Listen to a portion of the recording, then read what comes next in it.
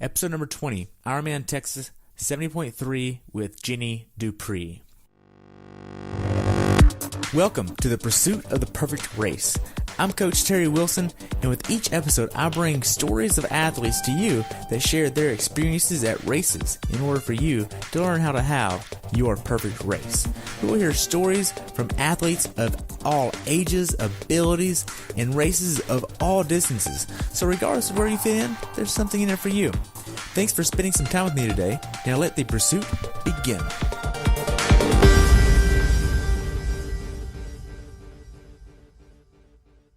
Hey everybody, welcome to the next episode of the Pursuit to the Perfect Race. Today I have the pleasure of talking with Jenny Dupre about her race at Ironman Texas 70.3 in Galveston.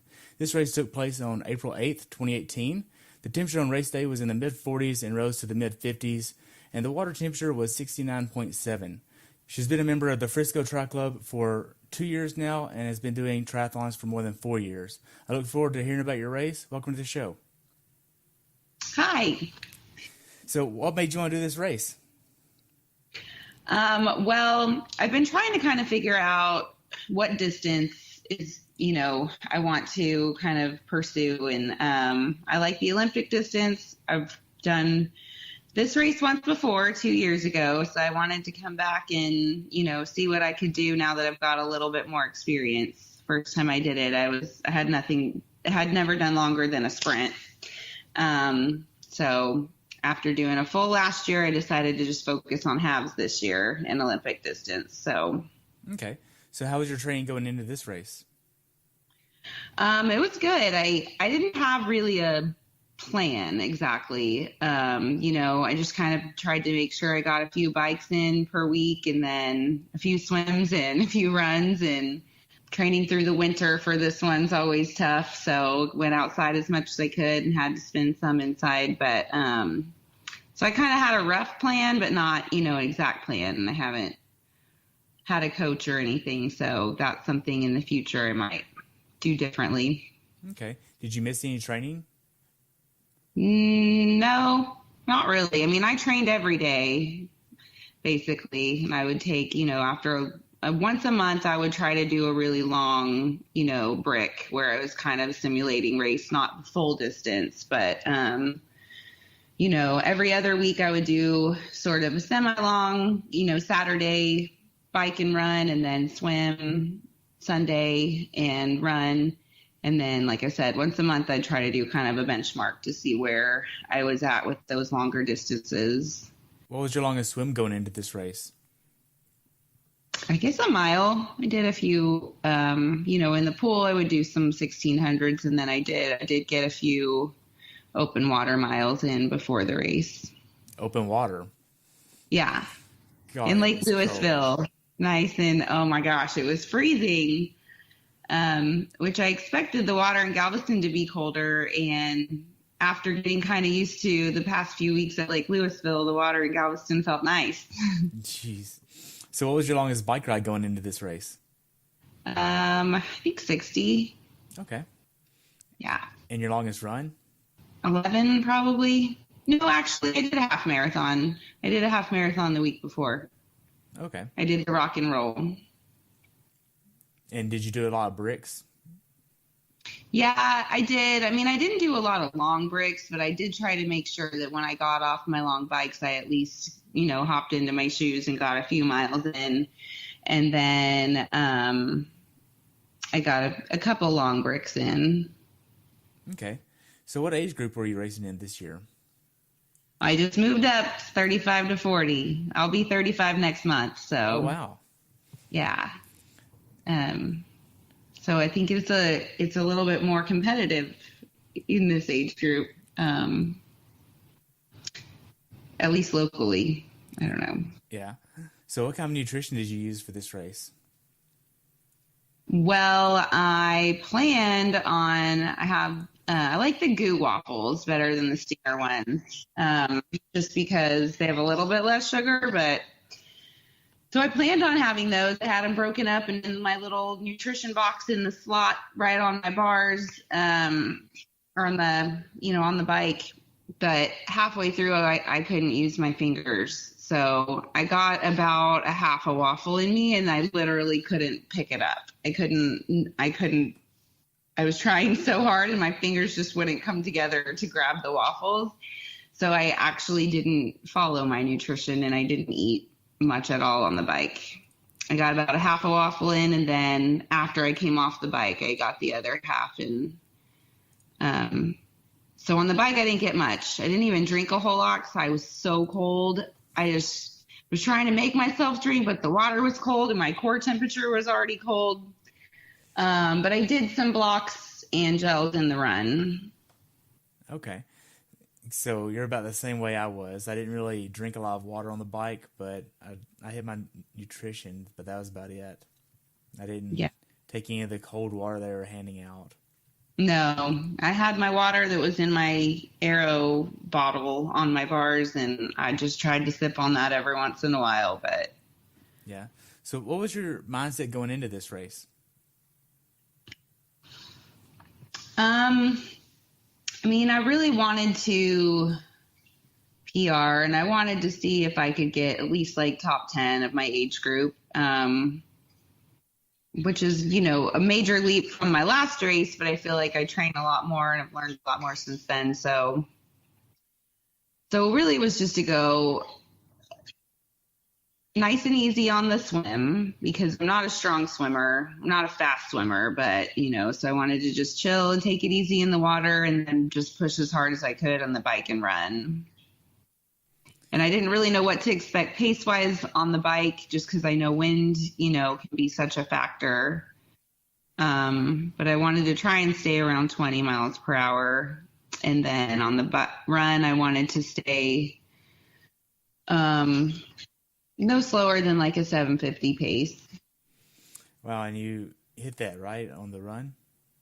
Yeah, I think I was at like 730 overall pace on the run. My first mile was super slow because I was having a really hard time coming out of that transition. I was like numb, and then I found the first porta potty I could because I was just like in pain. I had to pee so bad.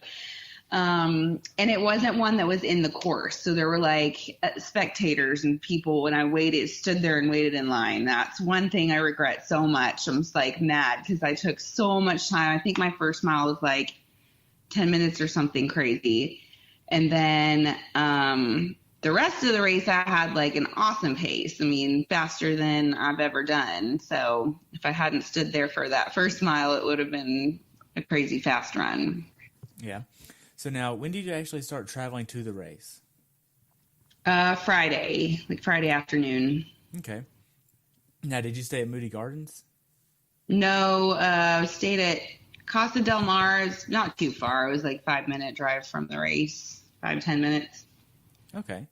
Now, whenever you got to the race venue, how was the check-in process for you? It was really easy because we got there Friday afternoon, so there weren't that many people there. It wasn't crowded. Really got in and out pretty quickly. Okay. And I planned on kind of hanging out. The weather wasn't that great. It wasn't terrible on Friday, but checked out some of the vendors and got out of there pretty easy. Okay. Now then, on Saturday, did you have any final workouts you were doing? I planned on riding Saturday, and then we were going to do a little bit late morning ride with FTC, and as soon as we got out there and got on our bikes, it started pouring, and I almost went for it anyways, but I was like, my record, I don't know if you know about this, I wreck pretty much the week before every big race I've ever done. I've had a big wreck, and I've had a lot of other just random wrecks, so I decided it wasn't worth taking that chance to go out in the windy rain the day before a race. So I ended up just doing like a 2-3 mile easy jog in the rain and then just stretched and at the hotel room, did some yoga and just took it easy. Okay. Do you have a certain meal you like to have the night before the race?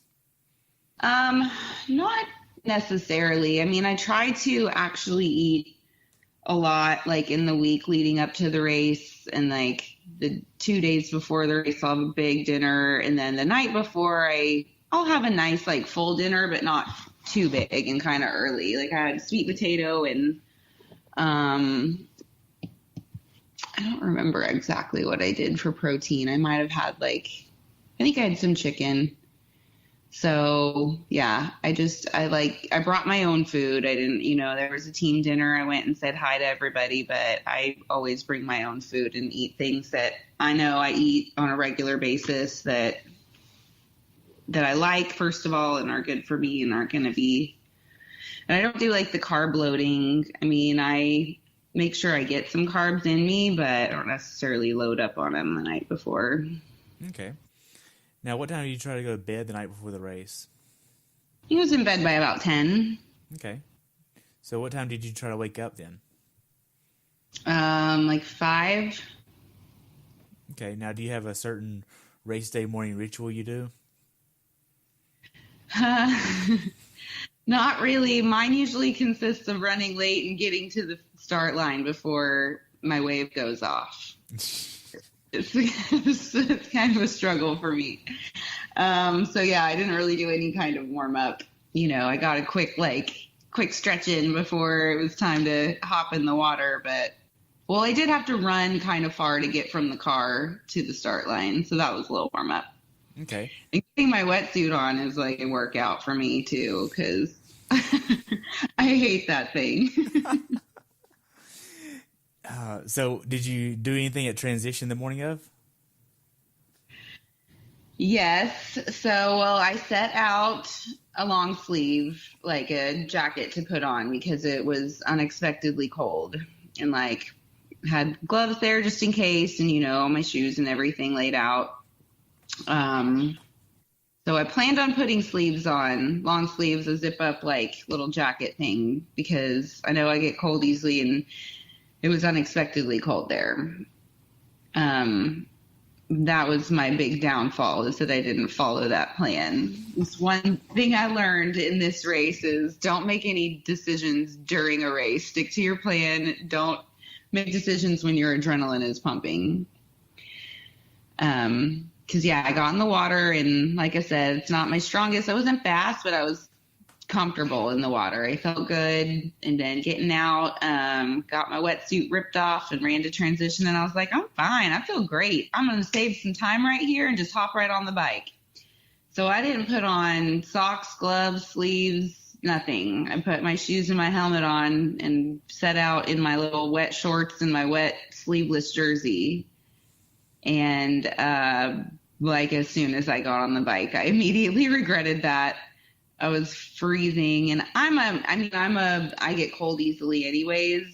So that ride in those temperatures, if we were home on a Saturday doing a ride, I would have been wearing 2 pairs of socks, 2 pairs of leggings, at least 3 long sleeve shirts, and a full head cover and full fingered gloves. No joke. And I was wearing practically nothing on that one. So yeah, way out. I was really, really cold, miserable cold, and I just couldn't wait to turn around and head home. And then I hit that turnaround and was met with headwind. And that's when I pretty much thought I was dying. So literally about it was about mile 25 or 30 or so when we turned around. I was thinking I don't think I can keep doing this. This is crazy.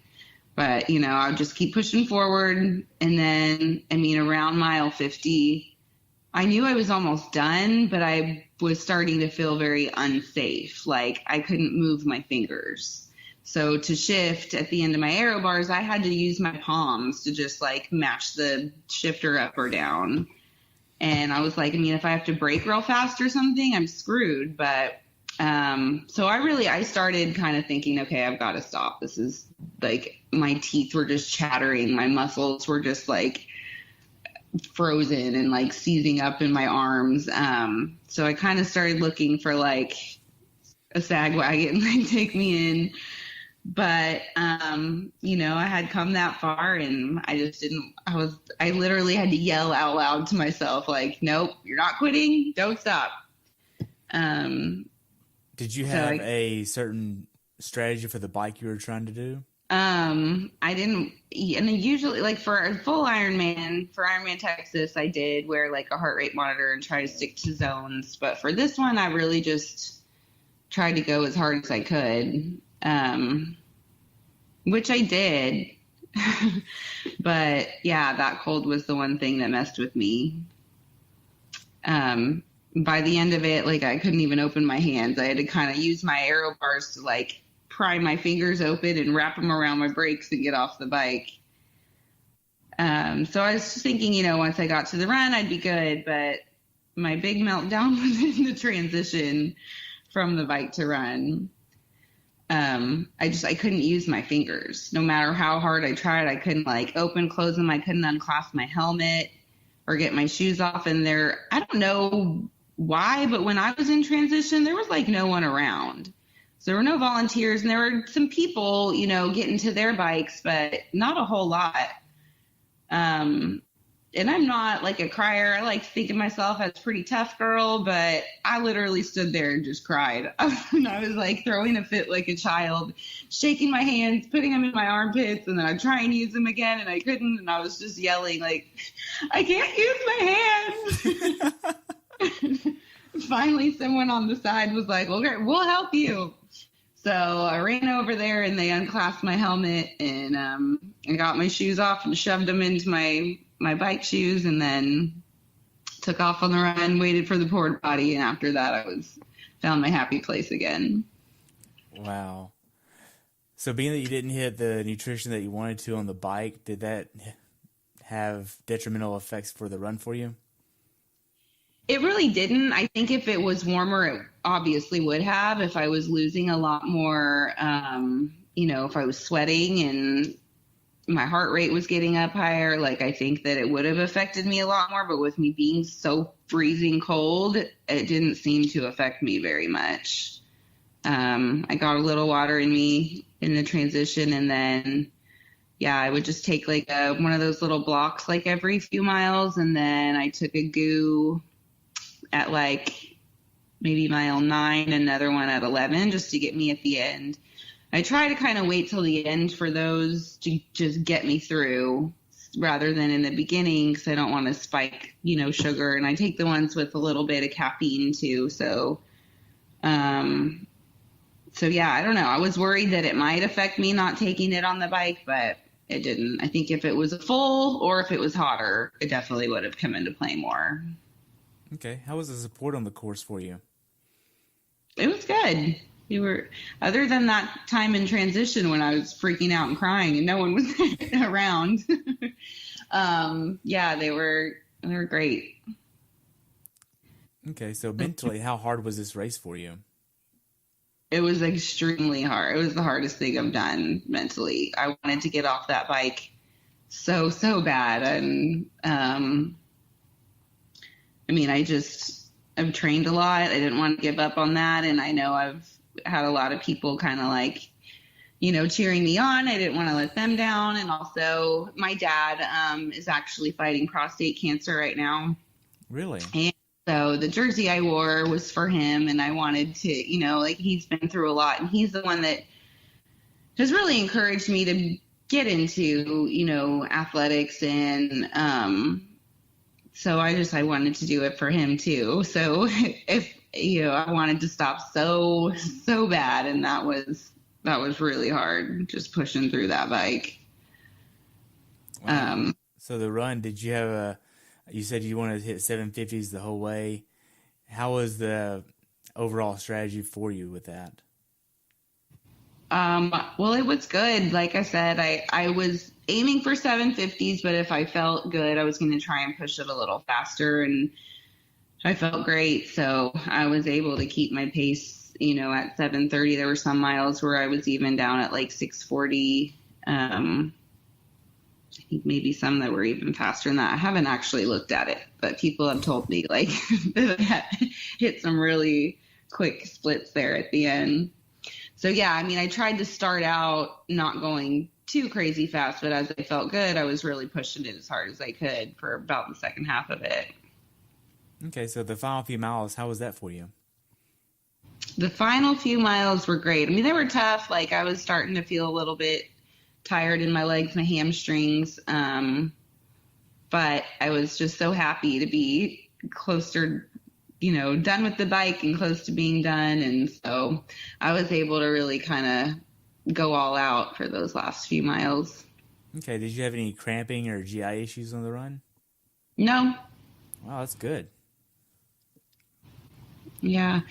Yeah. Like I said, my hamstrings felt a little bit tight, but no cramping at all. And my stomach felt good. I think I was surprised that, I found out like I might not need as much nutrition as I planned. Right. So now the last 800 yards before the finish, how was that for you? Awesome. Did you realize that you were going to PR at that point? No, I really had no idea what my time was at that point. I turned my watch off instead of starting it at the swim. So the whole time I had an idea of my pace. I was able to get it started again on the run. So I had an idea of my pace there, and I knew I did well in the run, but I really had no idea what I did in the swim or the bike. So actually it wasn't until I went to my car to change after the run, and my friend Jeremy Duddleson called me, and he told me my time and my place in my age group. And I was, it was emotional though. Like when I got to the finish line, I felt great, and I started crying again, and I don't even really know why at that point. I think it was a mixture of just the adrenaline and being happy to be done, and also being a little disappointed in myself for crying like a baby in transition and waiting for a porta potty and wasting that time. And I don't know, there was a lot. So what was your recovery process like? I've recovered really well. I went after the race, went and stretched a little bit, foam rolled, and then went and got in the hot tub and stretched some more and had some Bloody Marys, and then went out that night, had a lot of food and a lot of drinks. And then the next day, I drove back on Monday and went to yoga when I got home. To like a hot yoga class, and then foam rolled a whole bunch, and I felt great. I didn't really even feel sore at all. Tuesday I went to track Tuesday and ran and went about my regular week. Wow. So what's something that you learned from this race that you'd like to pass on to someone else that hasn't done this race before?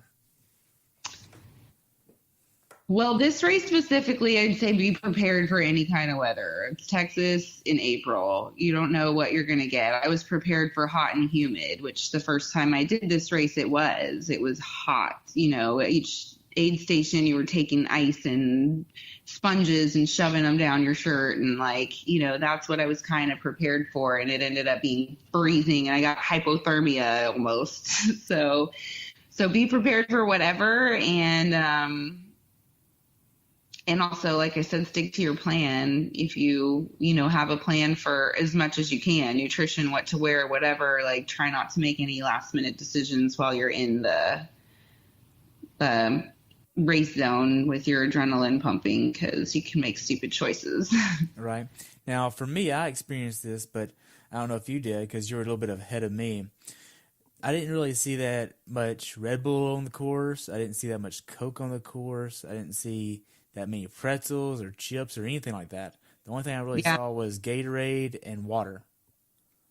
Yeah, I didn't either. I don't typically plan on taking. I usually try to kind of take my own nutrition other than, the water. I don't carry water with me, but I don't do a lot of those. So I didn't pay a whole lot of attention to that. I know there was one aid station that made me laugh. There were girls yelling out what they had, and I have water, I have Gatorade, and the other one said, I have hypothermia. I just yelled out, me too. But yeah, I don't know. I know there was one towards the end where they had Coke, and I thought about should I have some? And I was like, nah, just keep going.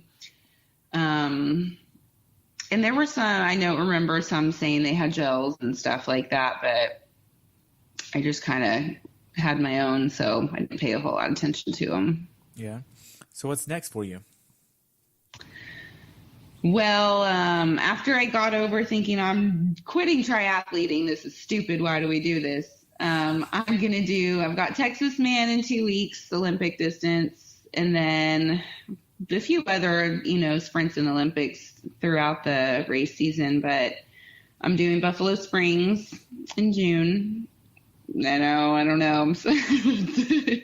It might be stupid, but it won't be cold. So I'm happy about that. It'll be hot. Have fun with those hills. Yeah, those hills. And I'm not a strong hill climber on the bike for sure. And then I don't know. I'm trying to think of another half. I'm tossing a few around. Maybe Augusta, maybe Atlantic City, maybe Waco. But that's in the end of October, and it's like that might be cold. I'm not doing cold anymore. You sure? Yeah. So I haven't quite decided, but yeah, Buffalo Springs for sure. And might focus on the Olympic distance. I'm trying to kind of figure that out right now. I'm using this season to sort of decide, like, do I want to pursue Olympic or half? Do I want to really try to take it up to the next level and start training with a plan and a coach and try to, go more towards nationals or pro or something like that, which I'm, nowhere near that right now. But so I'm kind of trying to use the season to decide, do I want to revolve my life around this and try to take it to the next level, or is that even realistic, or should I just chill out and use this as a hobby, Right. So you could probably get a slot for the Worlds if you wanted to. That's my goal. I mean, that's what I started out going into Galveston. I knew it wouldn't happen at Galveston, but, my mindset to make it to the 70.3 Worlds. But I don't know. Those girls are so damn fast. The winners were hitting like 4:30. How do they even do that? I mean, again, they have experience. A lot of them were in track and swim team and things like that when I was failing PE and going to parties. But but I don't know. I mean, I think maybe if I take it seriously like I am now, and I have also the only advantage I think I might have in not having any of the experience is that I haven't put all the wear and tear on my joints and muscles and, my body my whole life. So I have a lot to learn and I don't know how, to get faster, but if I can figure that out, I think it would be awesome. I'd love to go to Worlds. Nice. So at Buffalo Springs, the chances of getting a row down slot there is quite high. Yeah. Because I know one year it rolled down 50, 60 something slots in my age group. Nobody wanted to go. Mm-hmm. And plus this year it's in South Africa. Yeah. So I only have a few more questions here. So how can athletes follow you if they want to follow you? I have Instagram and Facebook. Instagram, Jen Dupre, JenDupre 520.